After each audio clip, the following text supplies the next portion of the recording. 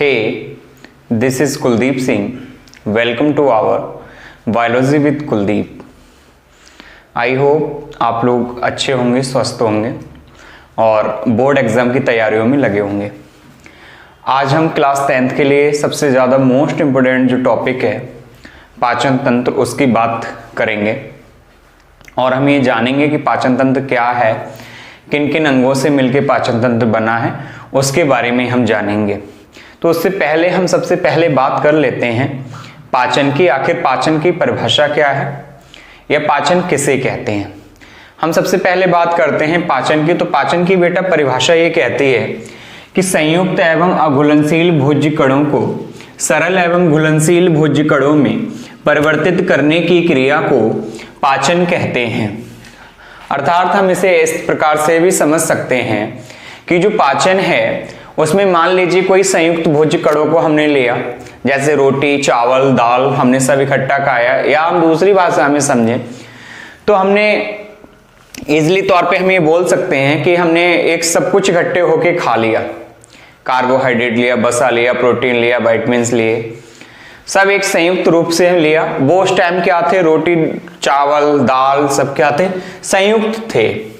दूसरा वो अघुलनशील भोज्य कण थे, लेकिन जब हमने उन्हें लिया अंदर तो फिर क्या हुआ कि सरल एवं घुलनशील भोज्य कणों में परिवर्तित करने की क्रिया को पाचन कहते हैं। इसे हम इस प्रकार से भी समझ सकते हैं कि जो पाचन की परिभाषा है उसे हम इस प्रकार से समझ सकते हैं कि जो क्रिया है पाचन की वो कॉम्प्लेक्स टू सिंपल की फॉर्म पे चलती है। यानी कि हम बोल सकते हैं कि जटिल से सरल की ओर जाती है। जटिल से सरल की ओर संयुक्त थे, अघुलनशील भोज्य कण थे, उन्हें हमने ग्रहण किया पाचक रसों की सहायता से, विभिन्न एंजाइमों की सहायता से उन्हें सरल और घुलनशील भोज्य कणों में परिवर्तित करना पाचन कहलाता है। हमने ये बात कर ली कि कॉम्प्लेक्स टू सिंपल की फॉर्म पे चलती है, जटिल से सरल की ओर जाती है। फॉर एग्जांपल के लिए हम इसे इस प्रकार से समझ सकते हैं, स्टार्च है, स्टार्च पे हमने टाइलिन नामक एंजाइम वर्क करेगा और जब ये टाइलिन नामक एंजाइम वर्क करेगा तो ये ग्लूकोज में टूट जाएगा। ठीक है, तो ये क्या हुआ, कॉम्प्लेक्स टू सिंपल की फॉर्म पे चला। संयुक्त एवं अघुलनशील भोज्य कणों को सरल एवं घुलनशील भोज्य कणों में परिवर्तित करना पाचन कहलाता है। उम्मीद है आप लोगों को समझ में आ गई होगी, क्योंकि ये बहुत इजीली है। दूसरा ही सबसे ज्यादा इंपॉर्टेंट टॉपिक है जो करीबन 6 नंबर में पूछा जाता है यूपी बोर्ड क्लास 10th में, कि बताइए कि किस प्रकार से वर्क करता है।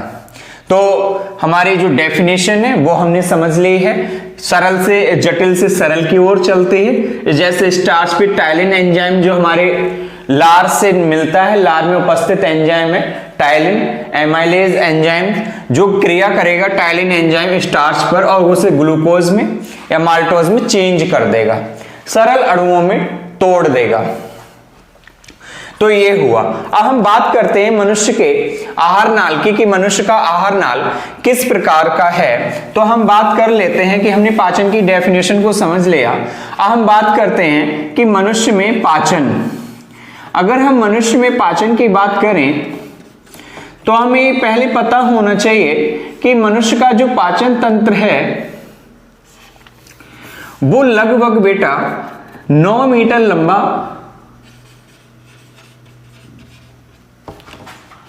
आहार नाल जिसे बोला जाता है।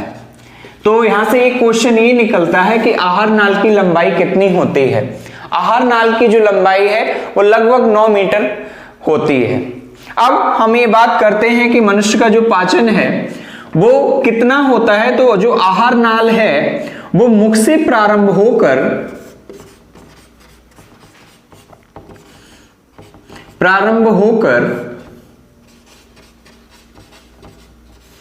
गुदा तक फैली रहती है,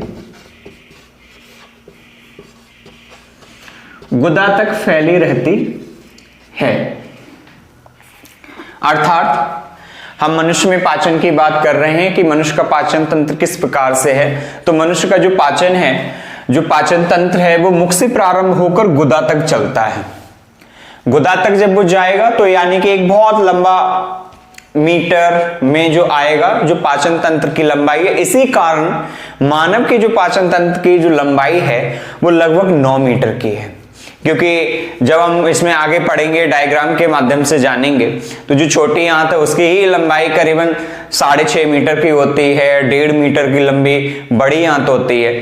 तो उसी के अकॉर्डिंग ये जो पाचन तंत्र है मनुष्य का या मानव का, वो लगभग 9 मीटर लंबा आहार नाल से बना हुआ है। आहार नाल में हम बात कर लें तो आहार नाल में मुख्य 7 अंग होते हैं। हम इस प्रकार से भी इसका डिवाइडेशन कर सकते हैं, अगर हम करना चाहें बेटा, तो हम इस प्रकार से इसे इस प्रकार से डिवाइड कर सकते हैं। हमने यहां पे लिखा पाचन तंत्र। पाचन तंत्र 2 अंगों से मिलकर बना है। पहला है आहार नाल और दूसरा है पाचक ग्रंथि।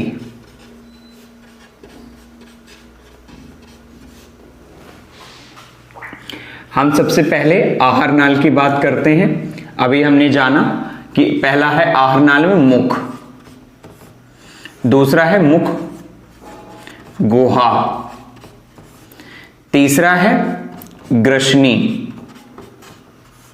चौथा है ग्रास नली, इसे हम इंग्लिश में माउथ बोलते हैं मुख को। इसे माउथ कैविटी बोलते हैं, मुख गुहा को। ग्रसनी को हम फेरिंग्स बोलते हैं।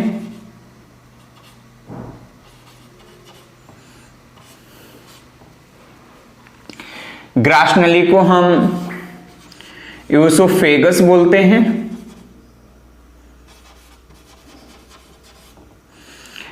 या हम इसे नॉर्मली भाषा में बेटा फूड पाइप भी बोल देते हैं। इसके बाद है हमारा आमाशय, जिसे हम स्टोमक बोलते हैं। इसके बाद है हमारा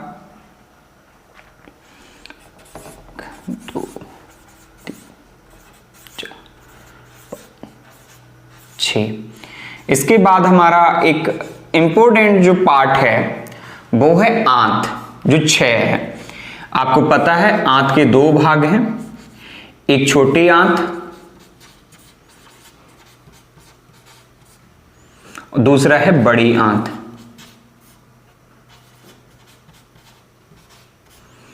हमारा जो 7वां, जो हमने अभी बोला कि आहार नाल 7 अंगों से मिलकर बना है, 7वां जो है वो है हमारा गुदा, जिसे हमने एनस के नाम से जानते हैं इंग्लिश में। तो जो आहार नाल है वो मुख से प्रारंभ होती है हमारे माउथ से और गुदा पे जाके समाप्त होती है, इसीलिए इसकी जो लंबाई है वो 9 मीटर है। दूसरा हमारा जो पाचन तंत्र का भाग है वो है पाचक ग्रंथि। पाचक ग्रंथि हम बात कर लेते हैं। पहला है इसमें लार ग्रंथि,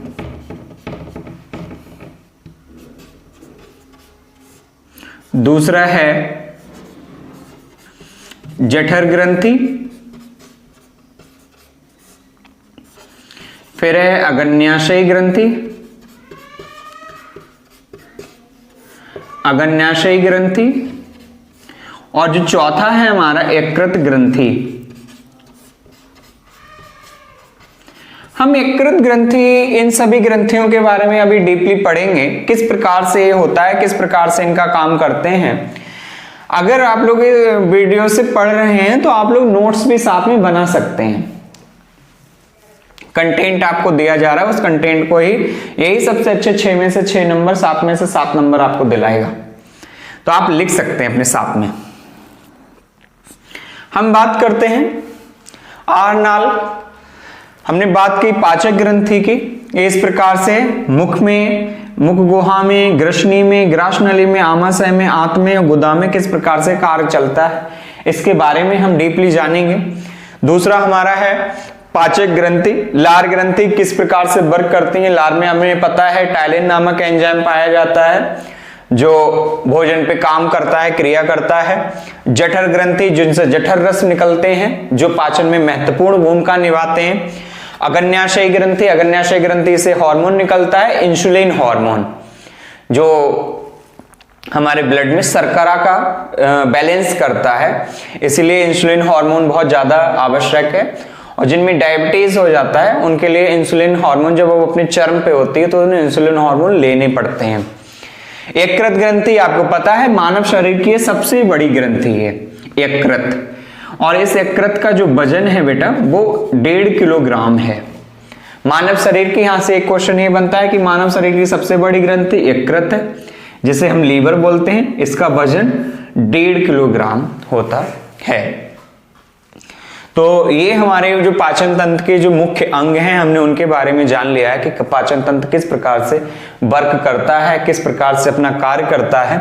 हम इसके लिए आगे जानेंगे, आगे बारे जो हम वीडियो में आएंगे उसमें हम इनके बारे में एक एक करके समझेंगे कि किस प्रकार से अपना कार्य करते हैं और किस प्रकार से एक पाचन तंत्र का निर्माण होता है। आपको पता है एक फ्लो चार्ट आपको शुरू में पढ़ाया गया होगा कि जो सबसे अलग है कि कोशिका, कोशिका के बाद ऊतक,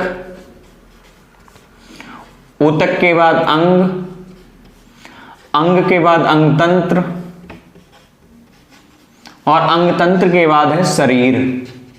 इस फ्लो चार्ट के अगर अकॉर्डिंग हम बात करें तो हमें पता है सबसे पहले कोशिका बनती है, उन कोशिकाओं के समूह को हम ऊतक कहते हैं, यानी कि बहुत सारी कोशिकाएं इकट्ठे ऊतकों में बनती हैं।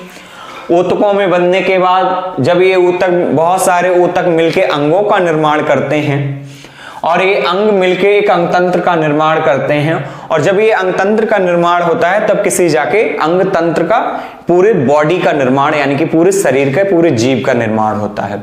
तो हम यहाँ एक तंत्र पढ़ रहे हैं, अंगतंत्र है हमारे पास पाचन तंत्र, जिसमें 7 अंग हमने मान लीजिए कि ये लग के मिले हैं और तब जाके एक तंत्र का निर्माण हुआ।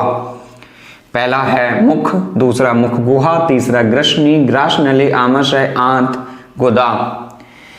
ये सारे अंग मिले तब जाके एक पाचन तंत्र का निर्माण हुआ।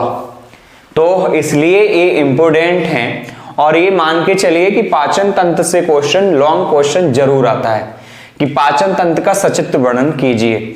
तो हमने इसलिए ही समझाया कि कोशिका की डेफिनेशन आपको पता होगी, कोशिका जीवन की संरचनात्मक एवं क्रियात्मक इकाई है। हम पहले वीडियो में इस पे बात कर चुके थे। ऊतक कोशिकाओं के समूह को ही ऊतक कहते हैं। ऊतक आपस में मिलकर अंगों का निर्माण करते हैं और अंग आपस में मिलकर अंगतंत्र का निर्माण करते हैं। आप देख रहे हैं बहुत सारे अंग मिले हैं तब जाके एक पाचन तंत्र का निर्माण हुआ है। आई होप आप लोगों को ये वीडियो में कंटेंट समझ में आया होगा, अच्छा लगा होगा। तो वीडियो को लाइक कीजिए, शेयर कीजिए और चैनल को सब्सक्राइब कर लीजिए, जिससे आपको जो हर दिन जो वीडियोस आ रही हैं, क्योंकि सॉलिड कंटेंट आप तक पहुंचाया जाएगा, वो आप तक समय से पहुंचे। और आप नोट्स भी बनाते चलिए साथ में, जिससे आपको एग्जाम के टाइम आप उनके खोल के दोबारा फिर से तैयारी कर सकते हैं, रिवीजन कर सकते हैं। तो थैंक्स फॉर वॉचिंग।